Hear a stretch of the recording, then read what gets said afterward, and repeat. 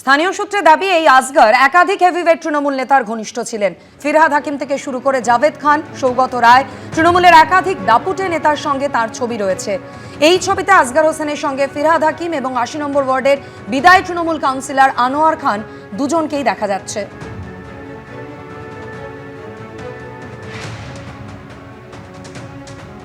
এই আসগর কিন্তু ইতিমধ্যেই মৃত্যু হয়েছে তার, যদিও গতকালই বিধানসভায় কিন্তু মুখ্যমন্ত্রী বলেছিলেন এই আসগরকেও খুঁজছেন তিনি। আসগরকেও খুঁজছি, যদি নিচে চাপা পড়ে থাকেন আলাদা কথা। কি করে এইসব লোক এই জায়গাগুলোতে ঢোকে বের করতে হবে।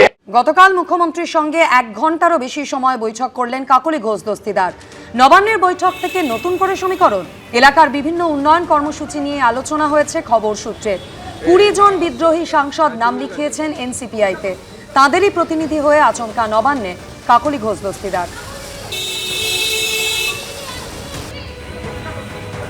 খিদিরপুরের ভূকৈলাস রোডের বাসিন্দা আসগর হোসেন ঠিকাদারি এবং প্রমোটিং করতেন। সূত্রের খবর, তারাতলায় বেহেরা ব্রাদার্সের এই গোডাউনটি তৈরির দায়িত্বে ছিলেন তিনি। বুধবারের গোডাউন বিপর্যয়ে তাঁরও মৃত্যু হয়েছে।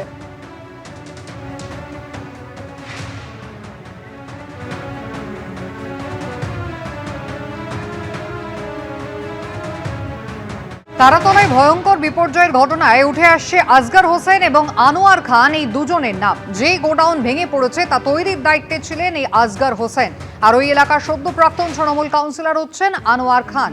এই দুজনের সঙ্গে ফিরহাদ হাকিমের সম্পর্কের অভিযোগ সামনে আসছে, যদিও বিপর্যয়ে মৃত্যু হয়েছে আসগর হোসেনের।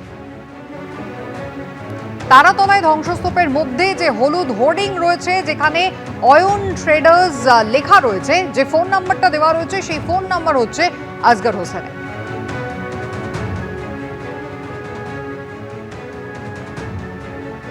আর এদিকে তারাতলা কাণ্ডের প্রতিবাদে তৃণমূল কংগ্রেস ছাড়লেন বিশ্বরূপ দে। মন ভারাক্রান্ত, একটার পর একটা ঘটনায় তৃণমূল জড়িয়ে পড়ছে। তৃণমূলের গাফিলতিতেই তারাতলার এই ঘটনা। তৃণমূল আর করব না, দল ছেড়ে দাবি প্রাক্তন তৃণমূল কাউন্সিলর বিশ্বরূপ দের। আজকে সত্যি ভারাক্রান্ত,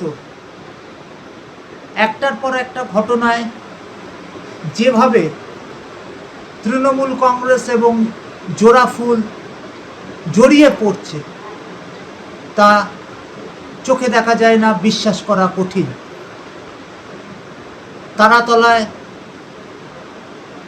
গত প্রায় 48 ঘন্টায় যা ঘটল তা অত্যন্ত দুর্ভাগ্যজনক বললে কম বলা হবে, নিন্দনীয়। আমি যে দলের তৃণমূল কংগ্রেসের প্রতিনিধিত্ব করেছি কলকাতা পৌরসভায়, সেই দলের গাফিলতিতে আজকে বিধানসভায় মাননীয় মুখ্যমন্ত্রী বলেছেন যে তৎকালীন মহানাগরিক স্বাক্ষর করেছেন যে প্ল্যান অর্থাৎ নকশা মঞ্জুর হয়েছে তা ত্রুটিপূর্ণ এবং যার ফলে এতগুলো নিরীহ মানুষ প্রাণ হারালো। এ ব্যথা সহ্য করা যায় না। আমি তাই সিদ্ধান্ত নিচ্ছি যে তৃণমূল কংগ্রেস আর করা যাবে না, আর করবও না। মিউনিসিপ্যাল বিল্ডিং কমিটির বৈঠকে তো মেয়রের থাকারই কথা নয়, সেখানে শুধু বিশেষজ্ঞদের থাকার কথা। তাহলে তা মানা হলো না কেন? ঘণ্টাখানেক সঙ্গে সমান অনুষ্ঠানে এই প্রশ্ন আইনজীবী ফিরদৌস শামীমের।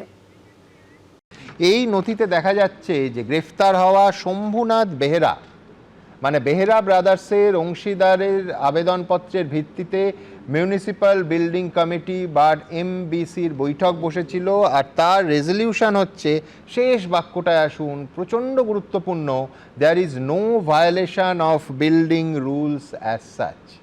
ভাবুন, আর তাতে সই করছেন কে? খোদ প্রাক্তন মেয়র, যিনি একই সঙ্গে বিল্ডিং বিভাগের মেয়র পরিষদ ফিরহাদ হাকিম। এই এমবিসির কাজ কি? ওটা রুল 38-এ বলা আছে।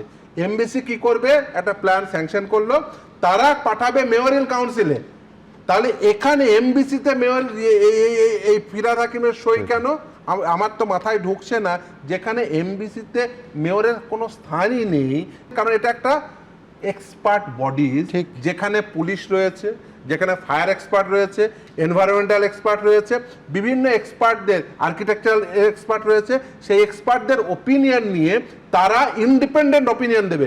এই যে এমবিসিতে কোনো পলিটিক্যাল এক্সিকিউটিভ বা নন এক্সপার্ট লোক রাখা হয়নি, এক্সপার্ট ওপিনিয়ন, দেন পলিটিক্যাল এক্সিকিউটিভ, দেন স্যাংশন প্ল্যান, দেন ইলেকশন, একটা বিল্ডিং ইলেকশন। হ্যাঁ। এক্ষেত্রে কিন্তু সেই আইন এখন প্রাইমা ফেসি যা মনে হচ্ছে সেই আইনের সম্পূর্ণ ভায়োলেশন হয়েছে। এবিপি আনন্দ, এগিয়ে থাকে, এগিয়ে রাখে।